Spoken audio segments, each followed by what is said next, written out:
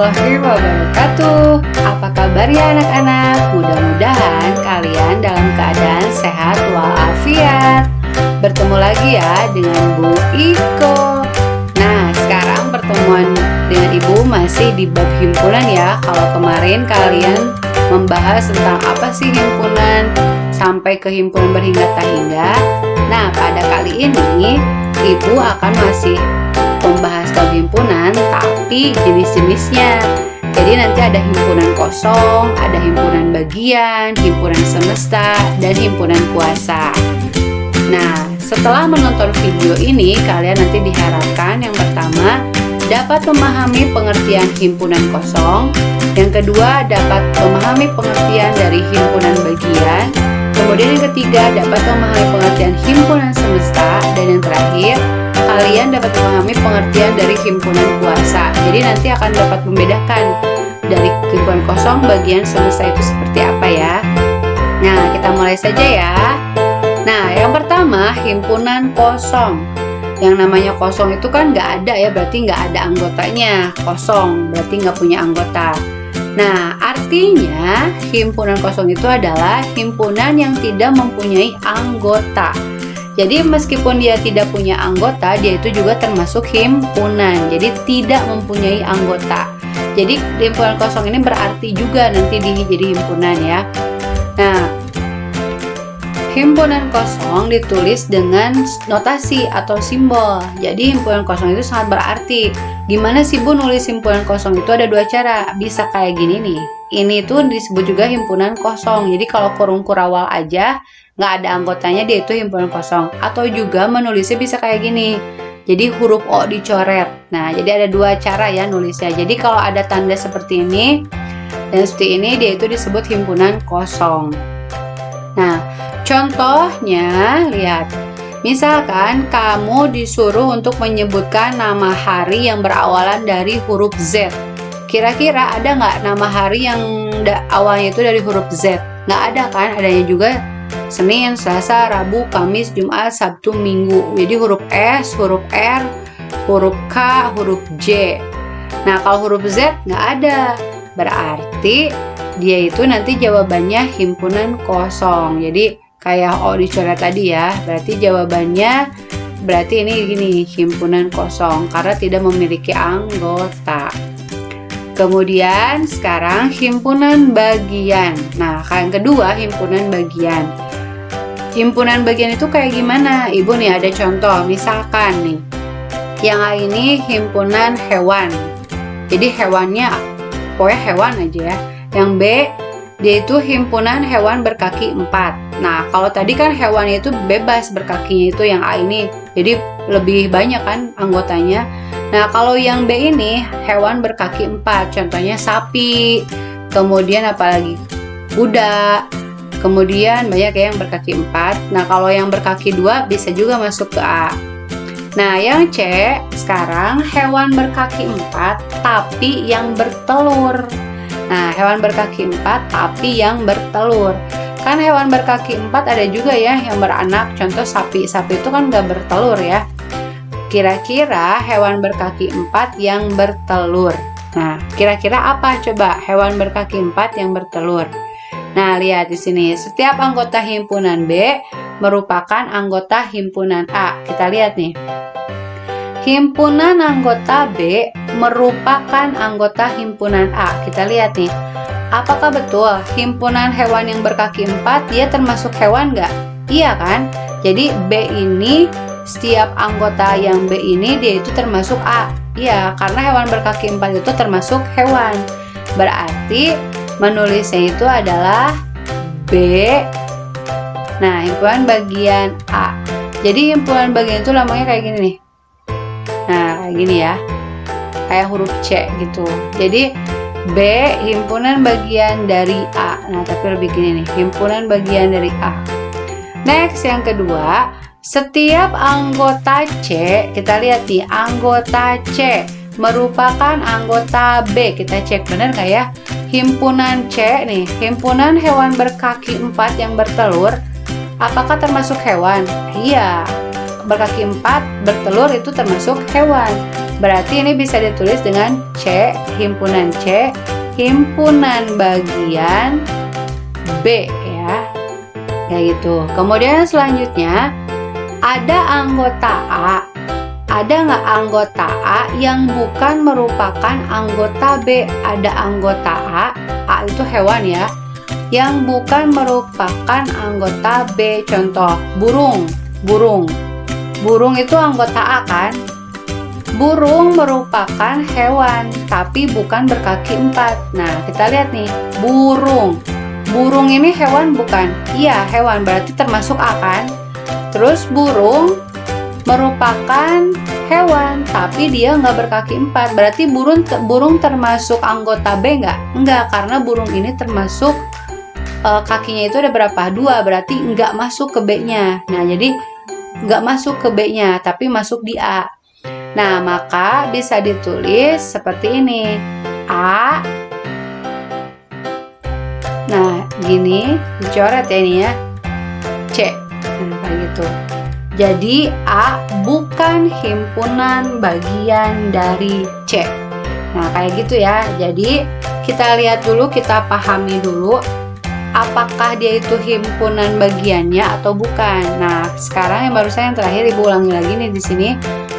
Himpunan A bukan. Kalau bukan berarti ini kayak huruf C itu dicoret ya, kayak gini. Bukan himpunan bagian dari C karena dari B di sini. Dari B ya, dari B bukan dari C.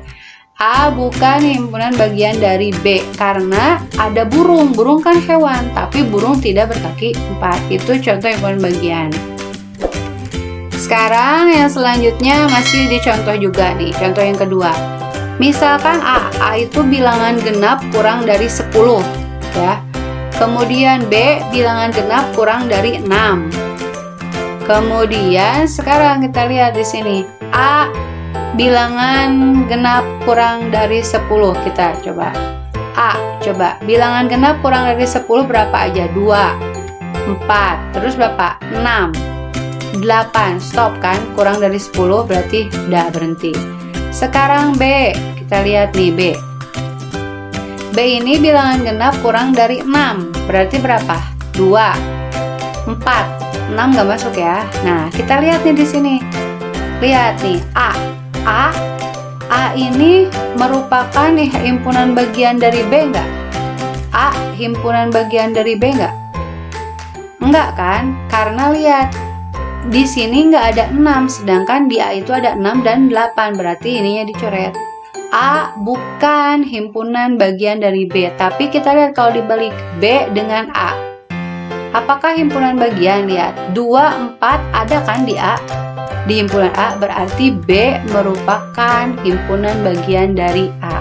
Jadi kalian harus memastikan dulu D itu termasuk atau enggak. Apabila A ini termasuk di B, lihat A termasuk di B enggak? Enggak, karena di si 6 sama 8 nya enggak masuk, berarti ini dicoret ya, bukan.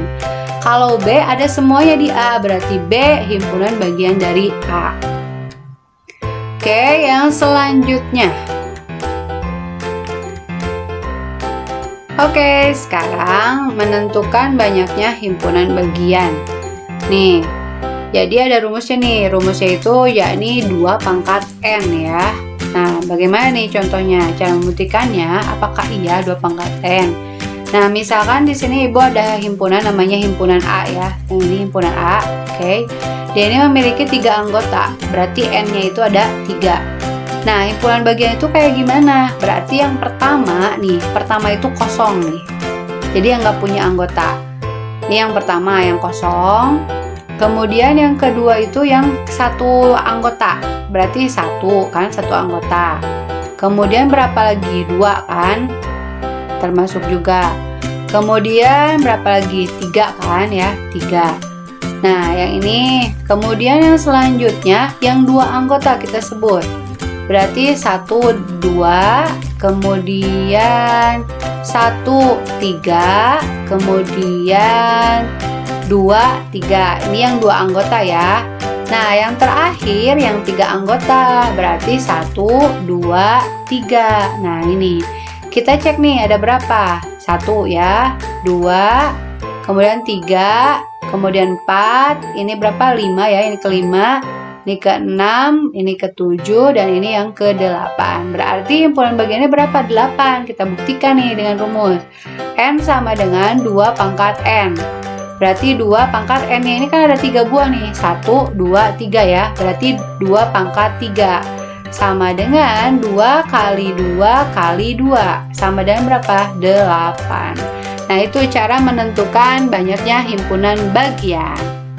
Oke, next yang selanjutnya himpunan semesta. Nah, kalau himpunan semesta itu kayak apa? Nih, himpunan semesta itu adalah himpunan yang memuat semua anggota semuanya. Jadi semua anggota atau objek himpunan dibicarakan di lambang dengan lambang S. Jadi semesta ini lambangnya S ya. Nah, contoh di sini lihat. R-nya itu 357. Kira-kira yang menjadikan semestanya itu kira-kira apa? Nah, jadi R-nya itu adalah 357. Nah, kira-kira misalnya ditanyakan itu tentukan himpunan semestanya. Kalau dia itu diketahui himpunan R, tadi semesta itu S kan ya. Nah, bisa aja semesta ini sama dengan R. Kita lihat nih, R ini 357, berarti himpunan bilangan ganjil. Boleh kan? Himpunan bilangan ganjil. Jadi semesta itu bisa juga sih himpunan itu sendiri. Atau juga yang bisa yang lebih luas. Misalkan S-nya itu, kalau saya 357 ini ada di bilangan asli kan? Boleh. Misalkan di sini S-nya himpunan bilangan asli. Boleh. Himpunan bilangan asli. Jadi asalkan si himpunan tersebut termasuk dari semesta. Lihat, kalau himpunan semesta itu himpunan bilangan asli 357 termasuk kan ya. Bisa juga saya mau ini ya, kalau himpunan bilangan genap semesta masuk akal nggak? Enggak, karena kan ada 3, sedangkan itu nggak ada di semesta. Misalkan himpunan bilangan prima, boleh nggak? Bilangan prima, boleh ya, karena 357 ada di bilangan prima. Jadi kalau menentukan semesta ini, si anggotanya ini harus ada di anggota di semesta. Itu himpunan semesta. Oke, yang selanjutnya yakni tentang himpunan kuasa. Himpunan kuasa ini adalah himpunan kuasa dari himpunan H adalah himpunan yang memuat semua himpunan bagian dari H. Jadi himpunan kuasa ini memuat semua himpunan bagian ya. Nah, misalkan dia itu nanti bisa ditulis dengan P dan nama himpunannya. Jadi nggak selalu H. Kalau misalkan nama himpunannya A berarti PA. Kalau namanya M berarti PM. Nah, contoh di sini lihat. Himpunan kuasa dari H ya, himpunan kuasa dari H. Nah, kira-kira di sini yang memungkinkan himpunan kuasa dari H ini apa aja? Nah, yang pertama di sini himpunan bagian yang tidak mempunyai anggota. Tadi yang namanya itu apa? Himpunan kosong kan, yang ini ya, himpunan kosong. Kemudian himpunan bagian yang punya 1 anggota kita sebutin di sini. Berarti U kan? U, kemudian apalagi M, kemudian ada apalagi Y. Nah, ini Y. Ini yang 1 anggota, yang himpunan yang punya 2 anggota. Berarti U, M. Ini kan 1, 2 ya. Kemudian yang selanjutnya itu ada apa? U, Y ya. Kemudian yang selanjutnya M sama Y, M, Y. Ini berarti punya 2 anggota, 1, 2, 1, 2, 1, 2. Nah, sekarang himpunan bagian yang mempunyai 3 anggota. Nah, berarti di sini ada U, M, Y. Oke, berarti ini punya 3 anggota. Nah, jadi himpunan kuasanya tinggal sebutin semuanya nih, dirangkum ya semuanya. Berarti pertama himpunan kosong, kemudian U, kemudian M, nah kurung lagi ya, kemudian Y, kemudian yang 2 anggota tulis lagi U, M, kemudian U, Y ya, kemudian M, Y, dan yang terakhir adalah U, M, Y. Ini kurung kurawal dan ini kurung kurawal yang terluar ya, dan yang ini. Jadi ada berapa? Ada 1, 2, 3, 4, 5, 6, 7, 8. Jadi himpunan kuasanya ada 8. Kayak gitu, itu himpunan kuasa. Nah, oke, pembelajaran dari Ibu untuk kali ini cukup sekian. Jadi pada pertemuan kali ini kita membahas jenis-jenis dari himpunan. Tadi ada himpunan kosong, ada himpunan semesta, ada himpunan bagian, dan yang terakhir barusan ada himpunan kuasa. Nanti bila kalian belum mengerti, boleh kalian bertanya di kolom komentar atau juga japri nanti ke Ibu. Dan nanti jangan lupa kerjakan modul yang sudah diberikan oleh Ibu ya. Oke, kita baca hamdalah. Alhamdulillahirobbilalamin.